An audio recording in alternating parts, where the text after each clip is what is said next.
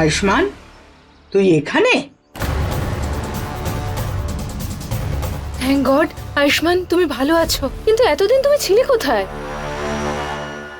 এই গয়না তোমাকে কিডন্যাপ করে এখানে লুকিয়ে রেখেছিল, তাই না?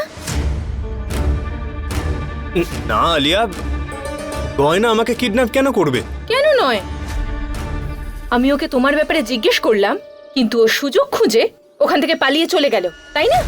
তোমার ওকে বাঁচানোর কোনো প্রয়োজন নেই। লাস্ট টাইম তো বেঁচে গেছে, কিন্তু এইবার ওকে লম্বা জেলের ঘানি টানাবো। এই আলিয়া, তুমি যেরকম ভাবছো সেরকম কিচ্ছু নয়। আরে আমি তো তোমাদেরকে খুঁজতে খুঁজতে এখানে এসেছি। এইমাত্র তো গাড়ি থেকে নামলাম। আমি দেখলে তো তোমরা আসা মাত্রই গাড়ি থেকে নামলাম। দাদা আপনি যান। আরে কিন্তু আরে বললাম না আপনাকে যান। কিন্তু আপনি তো আরে আমাকে বললাম তো আপনাকে, এরপরে আমি আর কোথাও যাব না। আপনি ঈশান টাকা দে তো। হ্যাঁ এই নাও দাদা। এই নিন, যান। ঠিক আছে।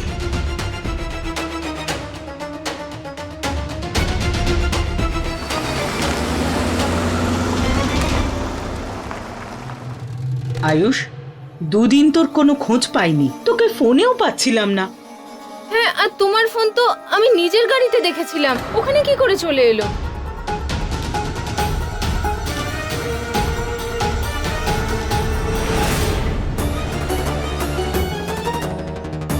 আয়ুষ্মানের ফোন, সেটাও আমার গাড়িতে? আমার আমার ফোন? হ্যাঁ। আরে না না, আমার ফোন কি করে হবে? টেনশনে তুমি ভুল দেখেছো। এই এই দেখো, এই এই দেখো, আমার ফোন তো আমার কাছে রয়েছে। হ্যাঁ, আমিও না, টেনশন হলে আমার মাথাটাই কাজ করা বন্ধ করে দেয়। হুম। পিসি, আসলে আমায় একজন পেশেন্টের ট্রিটমেন্টের জন্য এই পাশের গ্রামেই যেতে হয়েছিল, আর ওখানে কারেন্টও ছিল না, তাই আমার ফোনটা সুইচ অফ হয়ে যায়। অন্য কারোর ফোনও পাইনি, সেজন্য কারোর সঙ্গে কথাও বলতে পারিনি। আর পিসি, এতে এই গয়নার কি দোষ বলো তো? ডাক্তারবাবু সব সময় আমাদের সম্পর্কের সত্যিটাকে লুকিয়ে কোনো না কোনো একটা বাহানা বানিয়ে দেয়। আমি তো আগেই জানতাম যে আমার ছেলে কোনো দরকারি কাজে আটকে গেছে। শুধু শুধু আমরা গয়নাকে সন্দেহ করছিলাম। কমলা, ওর হয়ে বেশি কথা বলার কোনো প্রয়োজন নেই, বুঝেছ? আর এই মেয়েটাও কোনো ধোয়া তুলসী পাতা নয়। ও এমন কাজকর্ম করে যাতে আমরা বাধ্য হই ওকে সন্দেহ করতে। সেই জন্যই তো এখানে আসাটা জরুরি মনে হয়েছিল। ছাড়ুন না পিসিমা, আয়ুষ্মান তো ফিরে এসেছে, আরো ভালো আছে, তাই I am happy for him.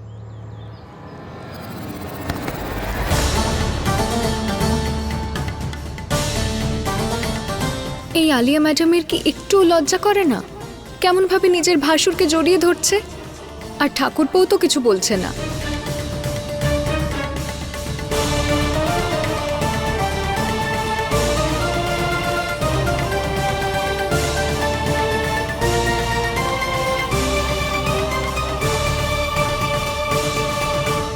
ভোলানাথের অশেষ কৃপা, আয়ুষ ভালো আছে। এই গ্রামে এক মুহূর্তও থাকতে চাই না আমি। ঠিকই বলেছ, চলো চলো চলো। জামাইবাবু, আপনি কোথায় যাচ্ছেন?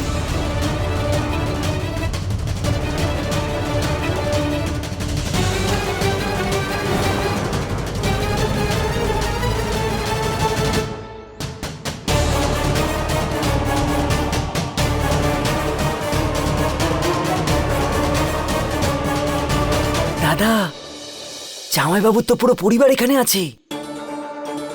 আপনি এভাবে এখন যেতে পারেন না জামাইবাবু, এখনো অনেক নিয়ম বাকি আছে।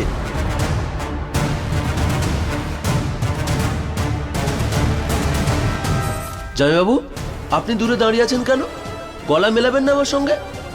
আমার পেশেন্ট, ওর ব্রেনে একটু সমস্যা হয়েছে, তাই আর ওর পরিবারেও কেউ নেই, তাই কারোর সঙ্গে দেখা হওয়া মাত্রই সম্পর্ক পাতিয়ে নেয়। তুমি এখানে কি করছো? আর এটা আমাদের গ্রাম, আমি গ্রামে থাকবো না তো কোথায় যাব? আর ভালো করেছেন জামাইবাবু, আপনি নিয়মের জন্য পুরো পরিবারকে ডেকেছেন, আর সবাই চলেও এসেছেন।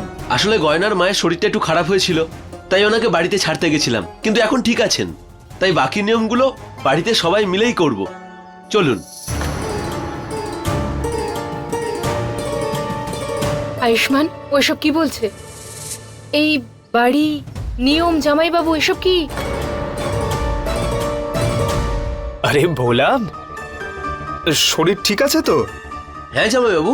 আরে দাদা বলেছিল না যে ও দাদার পেশেন্ট, আর ওর মাথা ঠিক না। ওর কথায় এত গুরুত্ব দিও না।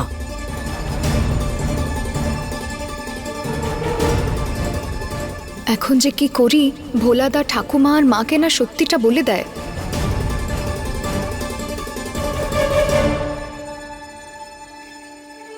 তুমি যদি চাও দুই পরিবারের কেউ যেন আমাদের বিয়েটার বিষয় না জানতে পারে, তাহলে চুপচাপ রোগী হওয়ার নাটকটা করতে থাকো।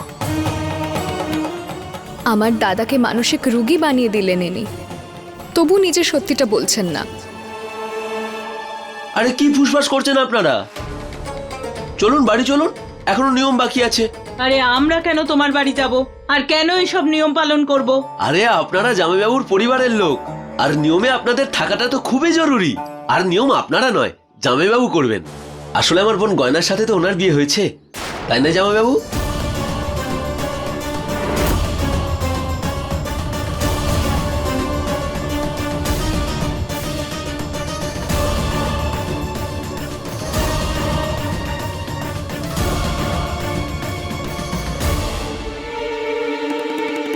ওর মাথা খারাপ।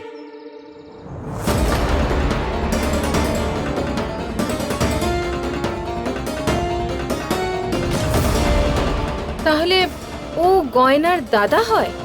আরে মা, পাতানো দাদা হয়তো। এমনিতেও গ্রামে একে অপরের সাথে এইরকম ভাবেই সম্পর্ক তৈরি করে। ও গড, এই গ্রামে কি এমন কেউ আছে যার মাথাটা একটু ঠিকঠাক আছে?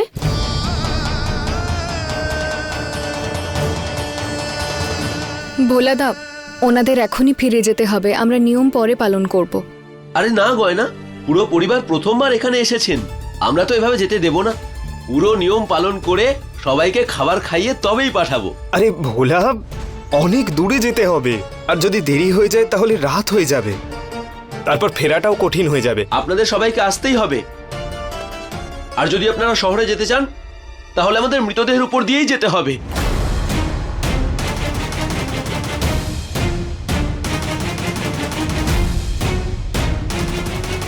আরে ভোলা, ভোলাদা,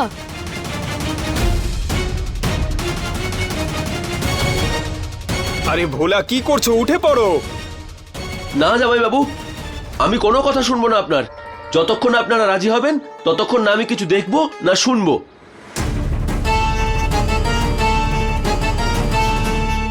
আর দাদা যখন শুনছে না তাহলে আমি কি করে শুনবো? সত্যিই বলেছিল আয়ুষ, ওর মাথাটাই গেছে, বদ্ধ পাগল একটা। আয়ুষ্মান, এসব কি নতুন নাটক হচ্ছে শুনি? এটা কোনো নাটক না, ও আমার পেশেন্ট। আরে ওর মনে হয় যে গয়নার সঙ্গে আমার বিয়ে হয়েছে, আমি ওর স্বামী, সেই জন্য জেদ করছে ওর বাড়িতে নিয়ে যাবার।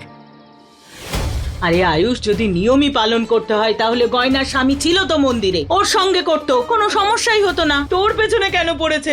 হ্যাঁ, ওর যদি মাথা খারাপ থাকে তাহলে আমাদের মাথা খারাপ করছে কেন? আর ও যদি তোমাকে নিজের জামাইবাবু ভাবে তাহলে ভাবুক না।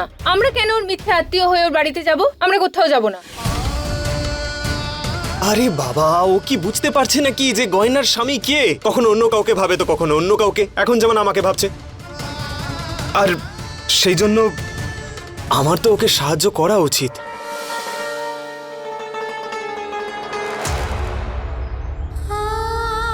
হ্যাঁ, আমার স্বামী একটা কাজে বাইরে গেছেন, উনি এখন আসতে পারবেন না। এই মেয়ে, আমাদের এটা জানার কোনো দরকার নেই যে তোমার স্বামী আসতে পারবে না আসতে পারবে না। আমরা যাব না ওর সঙ্গে। আলিয়া, তুমি তো জানো যে আমার পেশেন্ট আমার জন্য কতটা জরুরি। ওর শরীর ঠিক করার জন্য আমাকে যদি নাটকও করতে হয় তাহলে আমি এই নাটকটা করবই। দাদা তো প্রতিজ্ঞা করেছিল যে ও সবসময় গরিব পেশেন্টদের সাহায্য করবে, তাই তো দাদা? হ্যাঁ, নিয়েছি তো। পিসি চলো না, এবার বেরোই আমরা। পিসি, ওর অবস্থাটা দেখো একবার। আচ্ছা ঠিক আছে ঠিক আছে, আমার মাথাটা খারাপ করিস না। তুই তো ডাক্তার হওয়ার কর্তব্য পালন করতে চাস তো, আমরা যাব ওর বাড়ি, আমরাও নাটক করব। হ্যাঁ, আর এমনিতেও সকাল থেকে কিছু খাওয়াও হয়নি, খুব খিদেও পেয়েছে। চলো না কিছু খাবার খেয়ে নি।